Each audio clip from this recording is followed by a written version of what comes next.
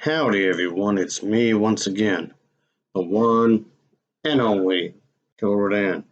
And today, as you can see, I have yet another obscured, low budget feature to review for you folks. And yes, of course, again, it's a kung fu feature. Well, I like these movies anyway, so here we are. Anyway, the film I'm going to be reviewing is the one titled Legend of the Drunken Tiger. So, yep, I watched this recently. I have to review it. So yes, I do have my copy out here, folks. It's a single DVD release.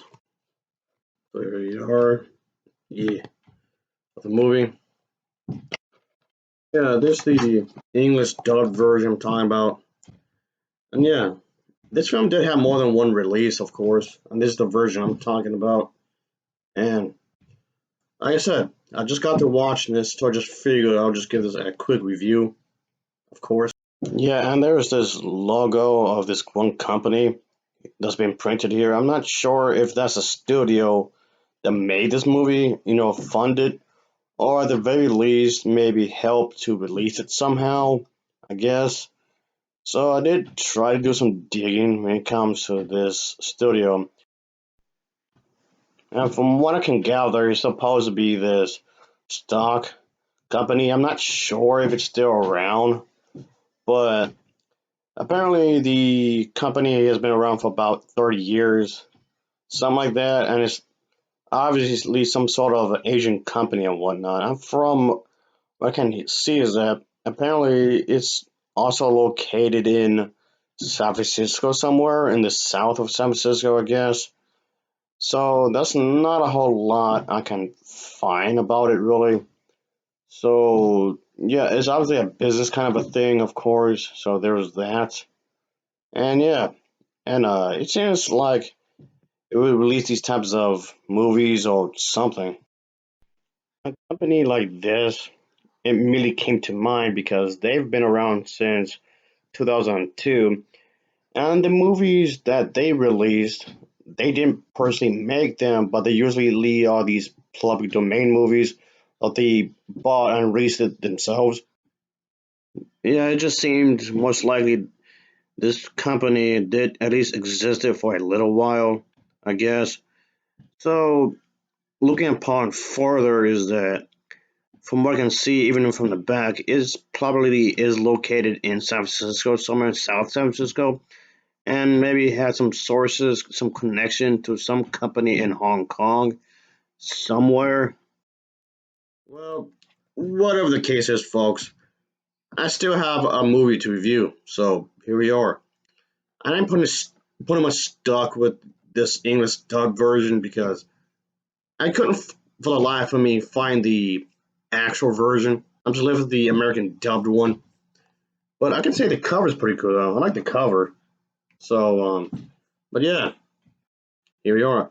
And yes, folks, she does become an important part of the story. But yeah, female characters can be a good part of the story, and he's the main character and whatnot. This dude plays a major part or whatever. But nevertheless, nevertheless, I have to talk about the plot. So let's get into it, shall we? So here we go. Anyway, anywho, so here we are.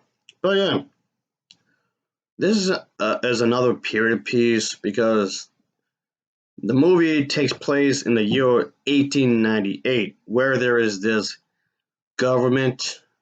Okay, more specifically, these government reinforcements, I guess, are aggressively sought out and pretty much publicly executed by these Qing dynasty officials. And there's this one master guy whom is the leader of these reinforcement party enlists the help of these highly skilled kung fu fighters for reinforcements, including this one dude. Yeah, there's like a long time enemy of the treacherous Lord guy, and yes, of course, it has to be an enemy, of course, obviously. And the thing is that yeah, there was a yeah, like I said, a female character who play an important role in this movie, of course. I thought it was pretty cool. Female characters, kung fu fighters, often play an important role in these movies anyway, and this one is no different. And this was no different at all.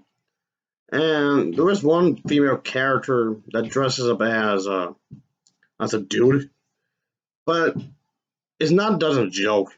Everybody just sees her like dressed like that. Okay, that's a thing. Whatever. Yeah, kind of boyish look to these characters, but that's fine.